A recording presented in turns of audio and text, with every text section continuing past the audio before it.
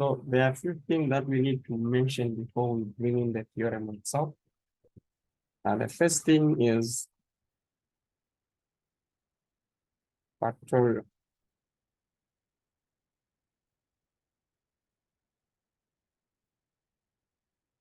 So what does factorial mean? Yeah, what does factorial mean? For example, we say 3 factorial. What does it mean? So when we say 3 factorial, we actually mean multiply 3 by 2 by 1 and by 0 factorial. So now we need to define 0 factorial so that this whole multiplication here makes sense. So 0 factorial is defined as 1. So then we come back here and say, oh, we have 3 by 2 by 1, which is going to be 6. So how are these numbers obtained? Okay, so what we notice is that, oh, then it means that if I have n factorial, then I should have n multiplied by n minus 1, multiplied by n minus 2, multiplied by n minus 3. So I'll keep going until I reach a point where I'll say n minus n factorial. Okay. So now this definition of factorial should give us some right that, oh, if I want, I can actually just do this and stop there. For example, if I have 4 factorial, it will be 4 times 3 factorial. Why? Because I already know what 3 factorial is. 3 factorial is 6. So I may decide to end there and just say 4 times 6, which is 24. So maybe if I have like, is it 7 factorial? I will say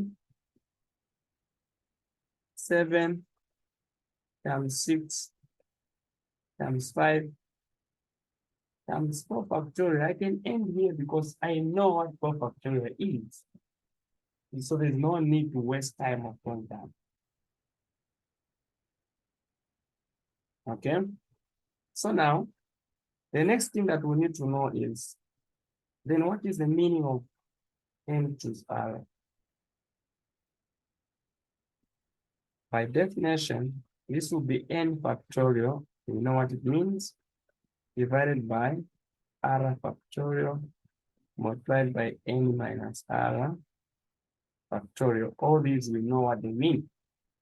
A quick example is, let's say 7 choose 2. So 7 choose 2 is going to be 7 factorial divided by 2 factorial, and then 7 minus 2. The factorial is outside. So this one will be 7 factorial divided by 2 factorial multiplied by 5 factorial, like that. Now, we want to apply this principle here to reduce the 7. So we have 7 times 6 times 5 factorial. So we wish to end at 5 factorial because there's something that we are seeing in the denominator. There's also a 5 factorial. So even if we expand these, we are dividing and multiplying. So they will cancel with this one up here. So then we can just consider the remaining pieces. So we have 2 here, 1, 2 there, 3. So 7 times 3 is 21. So we want to understand is that n choose R is defined as n factorial, R factorial, and n minus R factorial. And you can write it in any way that you feel like in terms of reducing. So we explore this.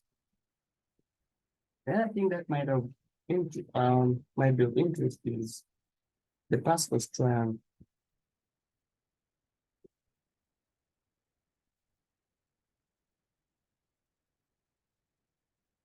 The Pascal triangle is also a good weapon that is used in dynamic expansion. because it gives us the coefficients of the binomial expansion. So if I have a, for example, a plus b to the power 0, we all know that any number raised to power 0 is just 1. So Pascal's triangle also understands that. So it has a 1 up there. Okay? But if I have a plus b to the power 1, this is going to be a plus b. Now Pascal's triangle will come here and get only the coefficients. 1 for a, 1 for b. Okay?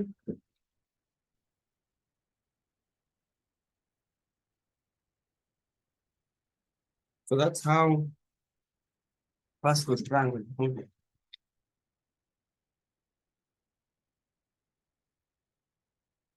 So you want to guess what happens in the next step?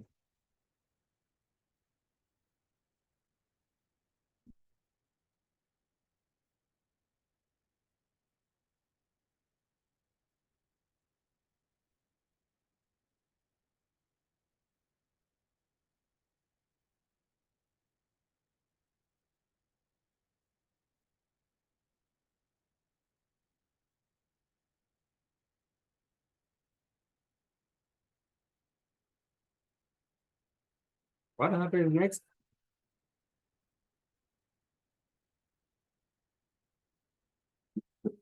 If you bring the coefficient of, let's say, a plus b, the power is 2 now.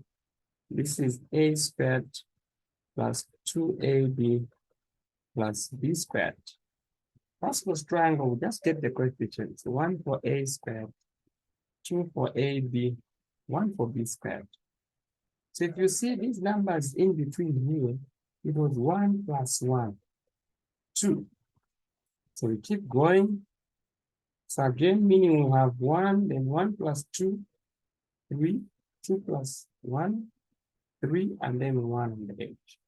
Again, 1 plus 3, 4, 3 plus 3, 6, 4, 1. So you could go 1, 5, 4 plus 6, 10, 10, 5, 1. And so it keeps going like that. So we need to also get used to this kind of expansion where you are not much interested in the, I mean, if you're just looking for the coefficients, you come here and pick the coefficient. If you don't want to do the multiplication, the expansion and that multiplication. And then one more thing that is now of importance, I think I've mentioned the factorial, the n to something, and then now the Pascal's triangle, so we can get the coefficient. So now we go straight into the theorem. So now we bring in the binomial theorem.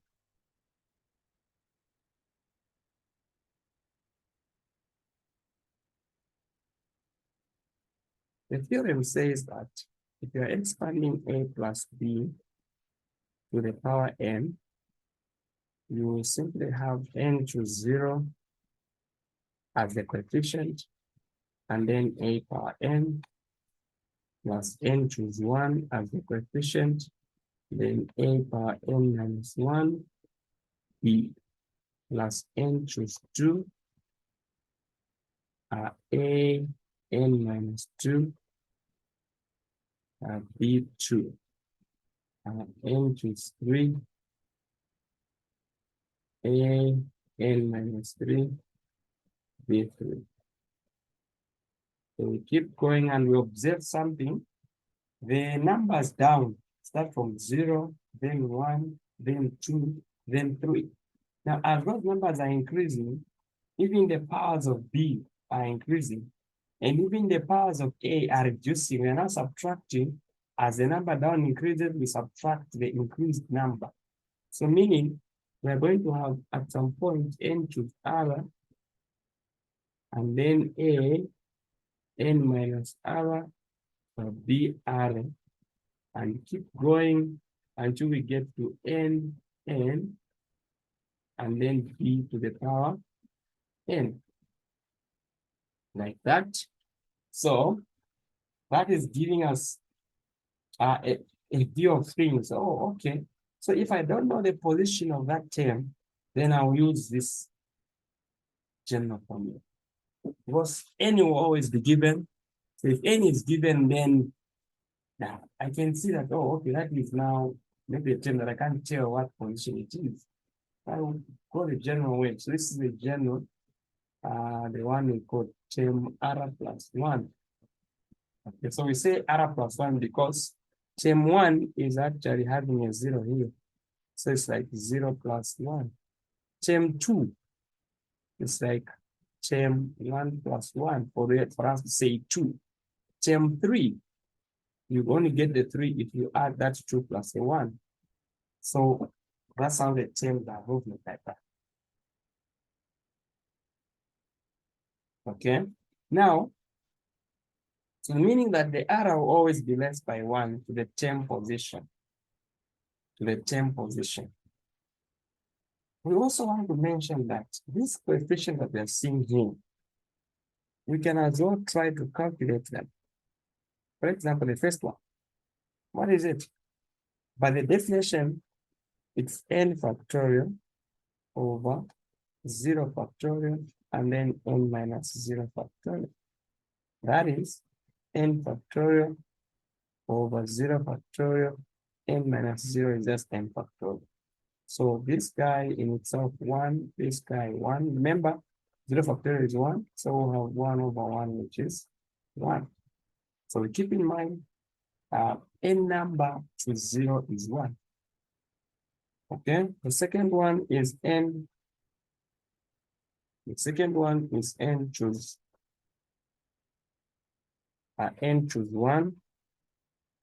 N choose 1 is n factorial over 1 factorial and n minus 1 factorial. Now, from the understanding of what n factorial is, it can actually be written as n multiplied by n minus 1 factorial over 1 factorial n minus 1 factorial. So we see this one and this one get cancelled. So we have n over 1 factorial. Okay. The other one is n choose 2. That is n factorial, 2 factorial, n minus 2 factorial. So again, n minus 1, n minus 2 factorial over 2 factorial, n minus 2 factorial. So you see, this one and that one cancels. So we remain with n minus 1 over 2 factorial.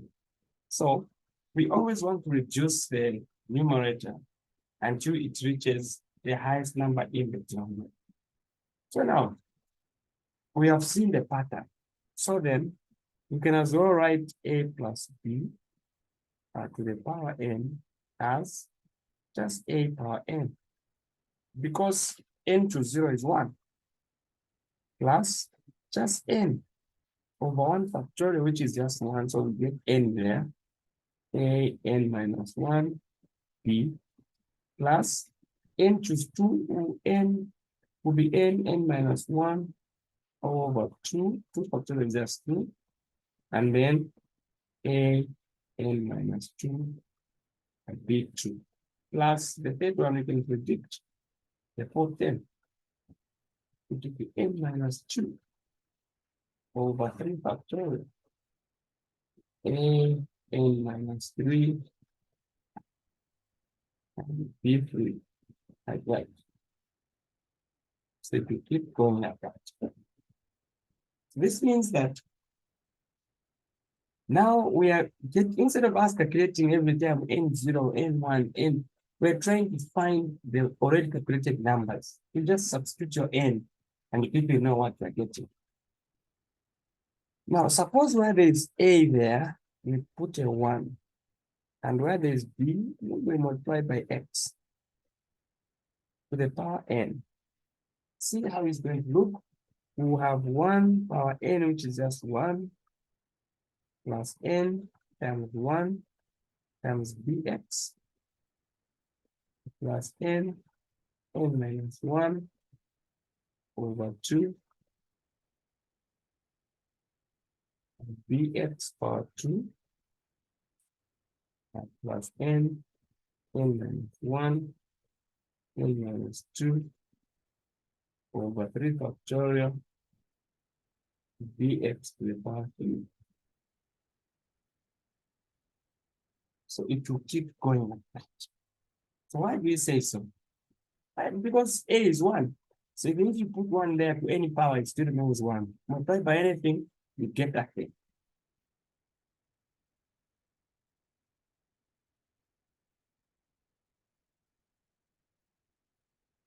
This is the more reason why we are saying that.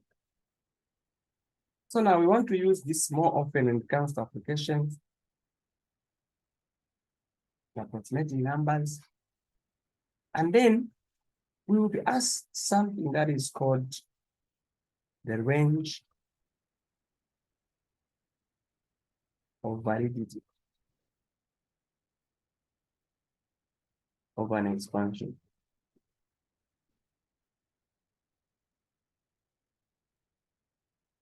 Okay, so if you have this, the range of validity is actually going to be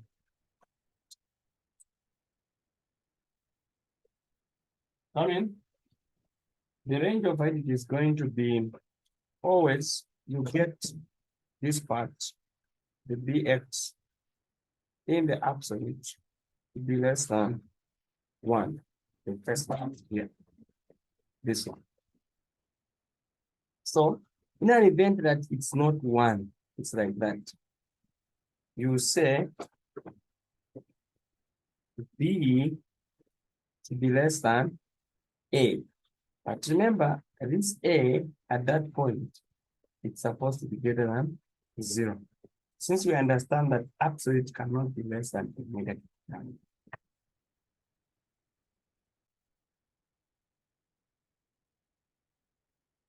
Okay.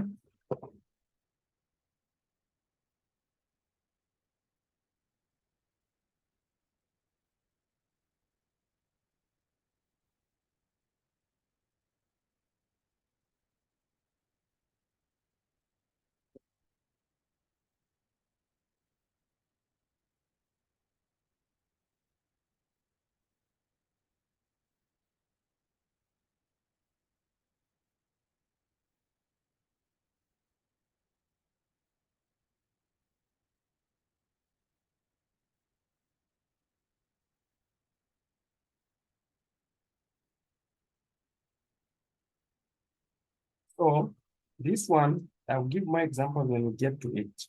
So you want to make sure that the A is positive. So what I mean is, let's say you have 2 plus 3x to any power. They ask you for the range of validity. Your target is to make 3x here less than 2. If it's negative, then you have to factor out the minus, give it the power, and then work out stuff. So we have examples of such kind. So what is important now is, let's pick that one who have this here, who have this here, and then it's example here. Then you could have this kind of setup. So you expect the B there to have a variable. Otherwise, you cannot do such a structure. So now, of prime importance, 1, 2, 3. So these 3 will solve any question in binary. Any question in binary. So I'm now going to do examples.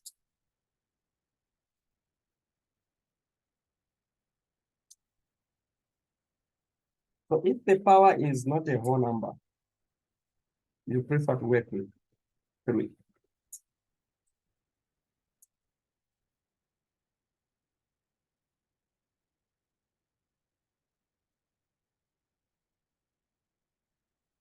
for powers, not whole numbers.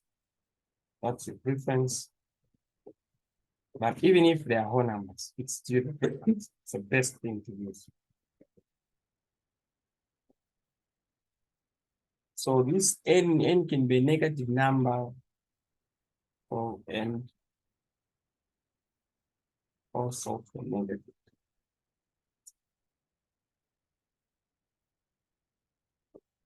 Next one. Okay, let's go to examples now.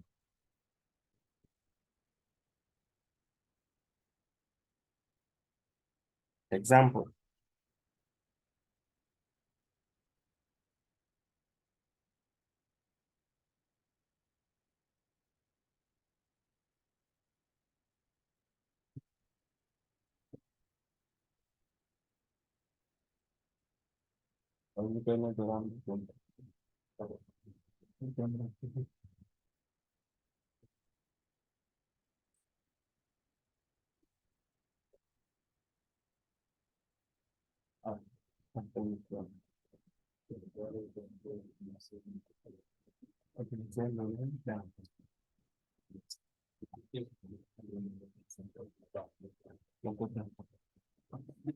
So we put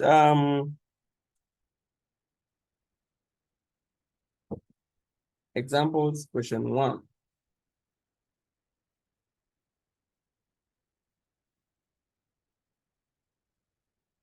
Expand the following.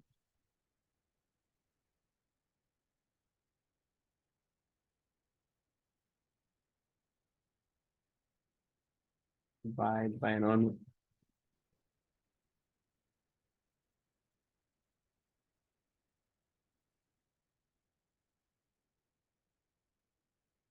And u1 plus 1 over x to the power 4.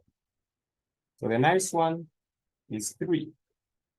You see, the first position has 1. So it goes straight to 3. It will be 1 plus 4, which is the power, multiplied by 1 over x plus 4. 4 minus 1 is 3 over 2. Then 1 over x to the power 2 plus 4, 3, 2 over 3 factorial is 3 times 2, and then 1 over x to the power 3 plus 4 times 3 times 2 times 1 over 4 times 3 times 2 times 1, of course, and then 1 over x to the power 4. So since n is 4, so even if it's a whole number, I can still use it. So you simplify that one. It's no big deal because this is like 1, cancel. These will cancel. And then this is 1, that's 2 there. So we're going to have 1 plus 4 over x plus 6 over x squared plus 4 plus 4 over x power 3 plus 1 over x power 4. That's expansion. If you were asked to say, find the range of validity, you would say 1 over x less than 1. You would say 1 over x less than 1. Meaning you have 1 over absolute of this guy less than 1. Because you are sure that thing is positive there, you could actually do the cross multiplication. So you have 1 is less than absolute of x. Like that. So this will be the answer. This will be the range of validity.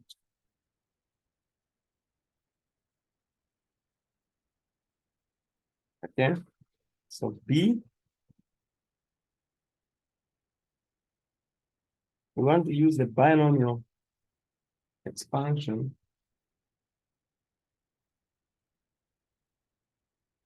to find, so approximate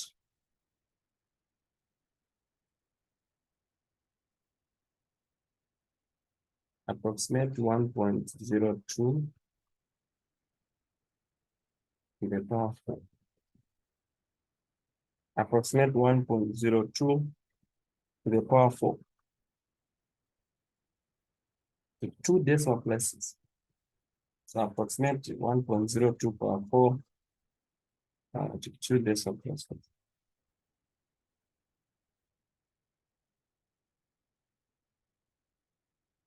Okay, so the best thing here is, well, you know that binomial works with 2 things.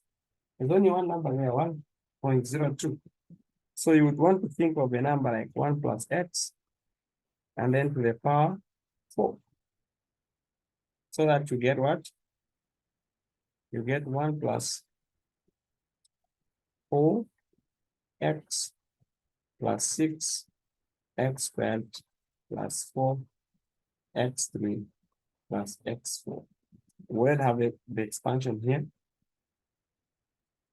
So instead of dealing with 1 over x, I'm now dealing with the direct x. And then rewrite this, the 1.02. Rewrite it as 1 plus x. Okay, then solve for x. So if you take this one the other side, you have 1.02 minus 1 is equal to x. Simply mean that x is equal to 0.02. Like that. Hello?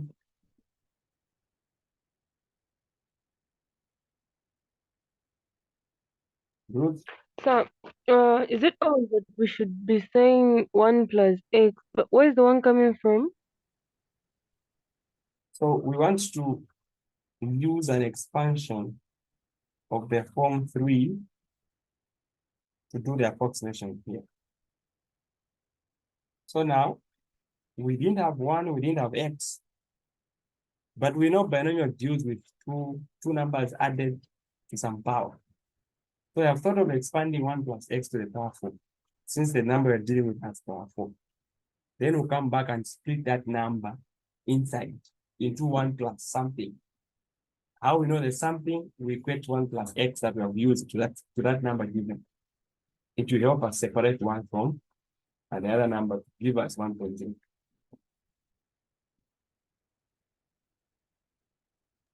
Understood, thank you. So now we go back one where there's x, we put 0.02 at the power 4.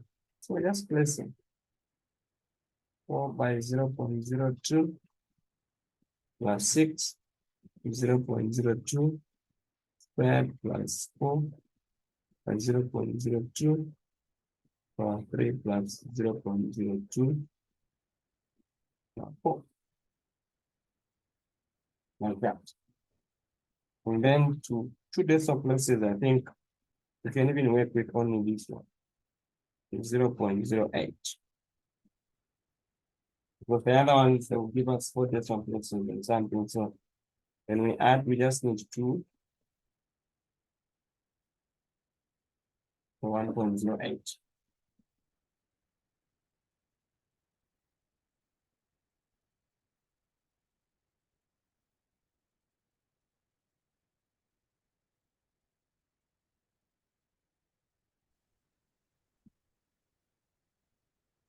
Excuse me, sir.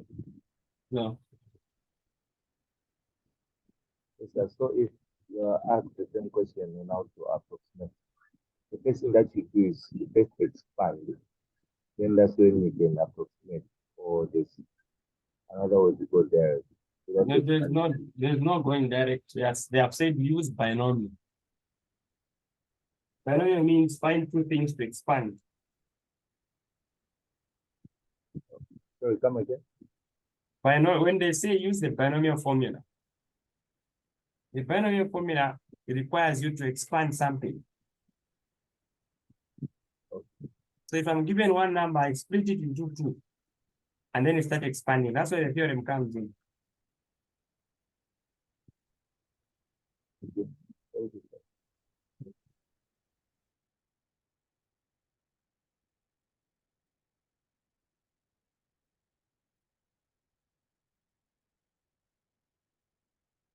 Okay, so we are coming for more examples. So we log out and hit the log back.